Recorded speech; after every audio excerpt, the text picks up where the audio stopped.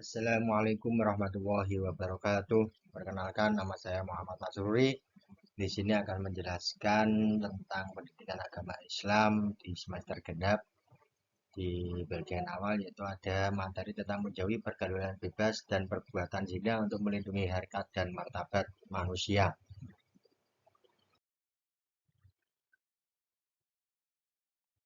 Pertama di sini yaitu tujuan pembelajaran yang akan kita sampaikan pada hari ini.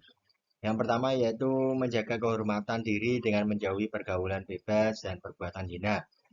Menghindarkan diri dari pergaulan bebas dan perbuatan zina sebagai pengamalan Quran Surat Al-Isra ayat 32 dan juga Quran Surat An-Nur ayat 2 serta hadis yang terkait tentang menjauhi pergaulan bebas dan perbuatan zina untuk melindungi harkat dan martabat manusia. Tujuan yang ketiga yaitu menganalisis Quran Surat Al-Isra ayat 32 dan Quran Surat An-Nur ayat 2 serta hadis tentang larangan pergaulan bebas dan perbuatan zina. Yang keempat yaitu membaca Quran Surat Al-Isra ayat 32 dan Quran Surat An-Nur ayat 2 sesuai dengan kaidah tajwid dan makharijul huruf. Yang selanjutnya mendemonstrasikan hafalan Quran Surat Al-Isra ayat 32 dan juga An-Nur ayat 2 dengan fasih dan lancar. Yang keenam yaitu menyajikan keterkaitan antara larangan berbuat zina, berbagai kekejian fahisyah yang ditimbulkan perangai yang buruk yaitu sya'asabila. Nah, sesuai dengan Quran Surat Al-Isra ayat 32 dan juga Quran Surat An-Nur ayat 2. Yang pertama yaitu bacaan Quran Surat Al-Isra ayat 32 tentang larangan mendekati perbuatan zina. Bismillahirrahmanirrahim. Wala taqrabuz zina innahu kana fahisyatan wa sa'a sabila. Di sini ada hukum bacaan tajwid Quran Surat Al-Isra ayat 32 tentang larangan mendekati perbuatan zina. Yang selanjutnya yaitu terjemahan Quran Surat Al-Isra ayat 32 tentang larangan mendekati perbuatan zina. Di sini dikatakan dalam Quran Surat Al-Isra ayat 32 yang berbunyi Bismillahirrahmanirrahim wala taqrabuz zina innahu kana fahisyatan wa sa'a sabila. Dan suatu jalan yang buruk sesungguhnya ia zina adalah dan janganlah kamu mendekati zina perbuatan yang keji. Dari Quran Surat Al-Isra ayat 32 ada sebab nuzul tentang larangan mendekati perbuatan zina. Imam Ahmad mengatakan bahwa telah menceritakan kepada kami Yazid Ibnu Harun, telah menceritakan kepada kami Jarir, telah menceritakan kepada kami Salim Ibnu Amir dari Abu Umamah bahwa pernah ada seorang pemuda datang kepada Nabi Shallallahu Alaihi Wasallam. Lalu pemuda itu bertanya, wahai Rasulullah, izinkanlah aku berbuat zina. Kaum yang hadir memusatkan pandangan mereka ke arah pemuda itu dan menghardiknya secara berkata, diam kamu, diam kamu. Rasulullah Shallallahu Alaihi Wasallam bersabda, dekatkanlah dia kepadaku.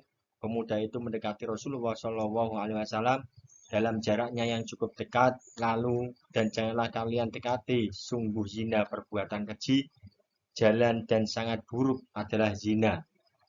Rasulullah Shallallahu Alaihi Wasallam bersabda, duduklah. Pemuda itu duduk. Dan Nabi Shallallahu Alaihi Wasallam bertanya kepadanya, apakah kamu suka perbuatan zina dilakukan terhadap ibumu? Pemuda itu menjawab, tidak, demi Allah. Semoga Allah menjadikan diriku sebagai tebusanmu. Rasulullah Shallallahu Alaihi Wasallam bersabda, orang lain pun tentunya tidak akan rela bila ibunya dilakukan terhadap ibu-ibu mereka. Rasulullah Shallallahu Alaihi Wasallam bertanya, apakah kamu suka melakukan zina dilakukan terhadap anak perempuanmu? Pemuda itu pun menjawab, tidak, demi Allah dan Rasulullah, semoga diriku menjadi tebusannya. Dan juga ada asbabun nuzul dari Quran Surat Al-Isra ayat 32 tentang larangan mendekati perbuatan zina. Rasulullah Shallallahu Alaihi Wasallam bersabda, menguatkan orang-orang pun tidak akan suka bila hal itu dilakukan terhadap anak-anak perempuan mereka. Rasulullah Shallallahu Alaihi Wasallam bertanya, apakah kamu suka bila perbuatan zina dilakukan terhadap saudara perempuanmu? Pemuda itu menjawab, tidak, demi Allah. semoga Allah menjadikan diriku sebagai tebusanmu. Rasulullah Shallallahu Alaihi Wasallam bersabda, menguatkan orang lain pun tidak akan suka bila hal tersebut dilakukan terhadap saudara perempuan mereka. Rasulullah Shallallahu Alaihi Wasallam bertanya, apakah kamu suka bila perbuatan zina dilakukan terhadap bibi dari pihak ayahmu? Pemuda itu menjawab, tidak. Demi Allah, semoga Allah menjadikan diriku sebagai tebusanmu. Rasulullah Shallallahu Alaihi Wasallam bersabda, orang lain pun tidak akan suka bila perbuatan itu dilakukan terhadap bibi dari pihak ayah mereka. Rasulullah Shallallahu Alaihi Wasallam bertanya, apakah kamu suka bila perbuatan zina dilakukan terhadap bibi dari pihak ibumu? Pemuda itu pun menjawab, tidak. Demi Allah, semoga Allah menjadikan diriku sebagai tebusanmu. Rasulullah Shallallahu Alaihi Wasallam bersabda, orang lain pun tidak akan suka bila itu dilakukan terhadap bibi dari pihak ibu mereka. Kemudian Rasulullah Shallallahu Alaihi Wasallam meletakkan tangannya ke dada pemuda itu, seraya berkata, ya Allah, semoga dosanya dan bersihkanlah hatinya, serta perihalalah farjinya. Maka sejatinya pemuda tersebut tidak lagi menolak kepada perbuatan zina barang sedikit apapun. Isi kandungan Quran Surat Al-Isra ayat 32. Ayat ini berisi larangan mendekati zina karena zina adalah perbuatan keji dan jalan yang buruk. Zina adalah persetubuhan antara laki-laki dan wanita yang tidak memiliki ikatan perkawinan yang sah. Begitu juga persetubuhan yang dilakukan oleh sesama laki-laki ataupun sesama perempuan tersebut disebut perbuatan zina. Perbuatan tersebut disingkat dengan istilah LGBT, lesbian, gay, biseksual, dan transgender. Lesbian adalah seorang perempuan yang tertarik dengan perempuan lain. Gay adalah seorang pria yang tertarik dengan pria lain, atau sering disebut dengan homoseksual. Biseksual yaitu seseorang yang tertarik baik kepada pria maupun wanita. Sedangkan transgender yaitu orang yang identitas gendernya bukan laki-laki dan bukan perempuan atau gendernya berbeda dengan dokumen yang ditulis oleh dokter di surat kelahiran. Sedangkan yang dimaksud perbuatan mendekati zina adalah semua perbuatan yang dapat mengakibatkan pelakunya terdorong untuk melakukan zina, itu dinamakan mendekati zina. Di antara contoh perbuatan mendekati zina adalah sebagai berikut. Yang pertama yaitu melakukan pergaulan bebas, yaitu pergaulan yang tidak terikat oleh aturan, norma, dan juga agama. Yang kedua, mendekati tempat yang dapat merangsang nafsu syahwat, seperti ketika kita berdekatan dengan lawan jenis berada dalam suatu tempat yang mana tidak ada seseorang selain mereka berdua. Yang selanjutnya yaitu melihat aurat dan menghayalkannya. Ketika kalian melihat aurat lawan jenis kalian, kalian termasuk mendekati dengan zina karena bisa menyebabkan kalian bisa menghayalkannya. Yang selanjutnya yaitu melihat film atau tayangan media yang mengundang syahwat. Dan yang terakhir yaitu membaca bacaan yang mengandung unsur yang dapat menimbulkan nafsu birahi ini tumbuh. Perbuatan di atas dapat menjerumuskan ke dalam perbuatan zina.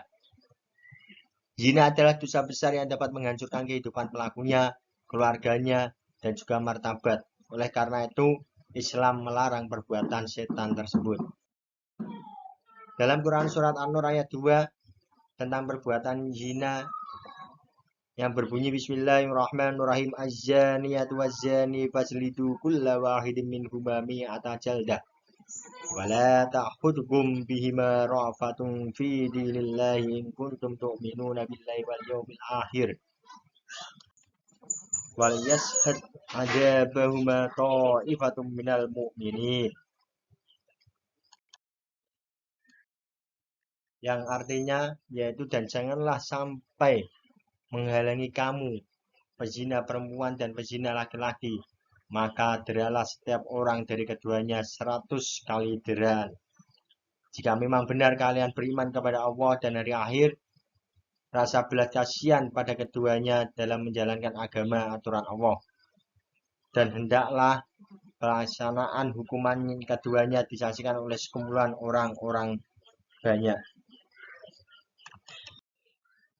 Asbabun nuzul Quran Surat An-Nur ayat 2 yaitu tentang perbuatan zina. Di sini dikatakan berdasarkan kitab Sahih melalui riwayat Az-Zuhri dari Ubaidillah ibnu Abdullah ibnu Attabah ibnu Mas'ud dari Abu Hurairah dan Zaid ibnu Khalid al-Juhani tentang kisah dua orang Badui yang datang menghadap kepada Rasulullah Shallallahu Alaihi Wasallam. Salah seorang mengatakan, wahai Rasulullah, sesungguhnya anak laki-lakiku ini pernah menjadi pekerja orang ini, dan ternyata anak laki-lakiku ini berbuat zina dengan istrinya. Maka aku tebus anak laki-lakiku ini darinya dengan 100 ekor kambing dan seorang budak perempuan. Kemudian aku bertanya kepada orang-orang yang alim, maka mereka mengatakan bahwa anakku dikenai hukuman 100 kali dera dan diasingkan selama 1 tahun. Sedangkan istri orang ini dikenai hukuman rajam. Maka Rasulullah SAW menjawab, demi Tuhan yang jiwaku berada di dalam genggamannya, sungguh aku akan melakukan peradilan di antara kamu berdua dengan berdasarkan kitabullah. Budak perempuan dan ternak kambingmu melakukan peradilan di antara kamu berdua. Budak perempuan dan ternak kambingmu dikembalikan kepadamu, dan anak laki-lakimu dikenai hukuman 100 kali dera dan diasingkan selama 1 tahun. Sekarang pergilah kamu, hai Unais, seorang laki-laki dari Bani Aslam yang ada di majelis itu, kepada istri laki ini. Tanyailah dia, jika dia mengaku, maka hukum rajamlah dia. Maka Unais berangkat menemui istri lelaki Badui itu dan menanyainya. Akhirnya wanita itu mengakui perbuatannya, lalu ia dihukum rajam dengan dilempari batu-batu besar genggaman tangan, sebesar genggaman tangan. Hadis ini merupakan dalil tentang hukuman pengasingan selama 1 tahun bagi pezina yang telah melakukan berhubungan sesudah menjalani hukuman dera sebanyak 100 kali jika pelakunya adalah seorang musan, yakni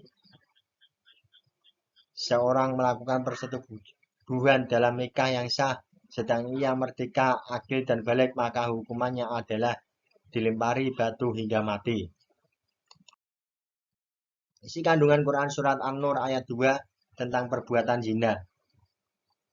Di sini dikatakan az-zaniyatu waz-zani faslitu kulla wahidin minhuma mi'atan jaldah. Orang yang melakukan zina perempuan atau laki-laki hendaklah dihukum keduanya berupa dera atau cambukan sebanyak 100 kali. Hukuman bagi pelaku penzinaan akan memberi efek jera bagi pelaku itu sendiri maupun bagi orang lain generasi berikutnya, untuk kemudian berpikir panjang apabila akan melakukan perbuatan yang serupa. Wala ta'khudhukum bihima ra'fatun fi dinillahi in kuntum tu'minuna billahi wal yawmil akhir. Orang yang memberi hukuman terhadap pezina tidak boleh berbelas kasihan dalam melaksanakan tugasnya. Hendaklah ia konsisten dalam menjalankan agama atau aturan Allah. Tidak boleh pilih kasih, merasa iba ataupun sejenisnya. Teknis pelaksanaan hukuman hendaklah disaksikan oleh sekelompok orang yang beriman, disaksikan oleh masyarakat umum, sehingga memberi pelajaran tersendiri bagi pelaku juga yang lain agar tidak melakukan perbuatan itu. Dari materi yang saya sampaikan tadi, hikmah pengharaman dari apa yang telah saya sampaikan, ada hikmah pengharaman pergaulan bebas dan zina. Yang pertama yaitu menjaga harga diri, kehormatan, dan martabat kemanusiaan. Yang kedua, menjaga keturunan agar terhindar dari ketidakjelasan nasab. Yang ketiga, menjaga diri dari penyakit yang ditimbulkan dari perzinaan, seperti penyakit kelamin dan juga HIV atau.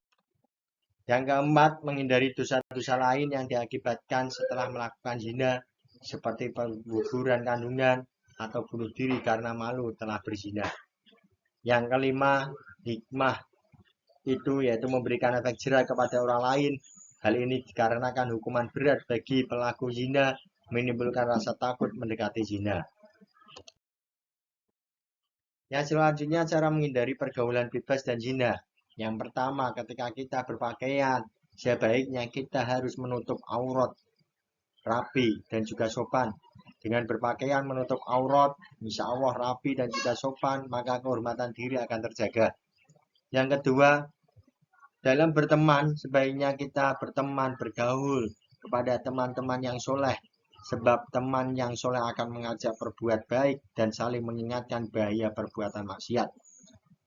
Yang ketiga, cara menghindari pergaulan bebas dan zina, yaitu menghindari tempat-tempat maksiat yang dapat memberikan peluang dan kesempatan untuk berzina. Jika kita sudah berada di tempat maksiat, maka akan sulit berpaling dari berbagai macam kemaksiatan. Yang keempat, hindari perilaku yang menjurus kepada perbuatan zina, seperti berpacaran, berdua-duaan di tempat sepi, berciuman, berpelukan dengan lawan jenis, menonton tayangan media yang mengandung pornografi, atau membaca bacaan yang mengandung unsur-unsur yang menimbulkan nafsu birahi. Jika seseorang mendekati perilaku yang menjurus kepada zina, peluang melakukan zina akan semakin besar. Yang selanjutnya, mengisi waktu dengan berbagai kegiatan positif seperti membaca buku keislaman, menghadiri majelis taklim, dan aktif dalam organisasi remaja masjid. Waktu yang kosong tanpa kegiatan positif akan menyebabkan seseorang itu memiliki khayalan, angan-angan kosong, dan tergoda oleh hawa nafsu. Dan juga yang terakhir yaitu memperbanyak mengingat Allah dengan berzikir, membaca Al-Quran, serta mohon perlindungan kepada Allah supaya dijauhkan dari bahaya pergaulan bebas dan perbuatan zina.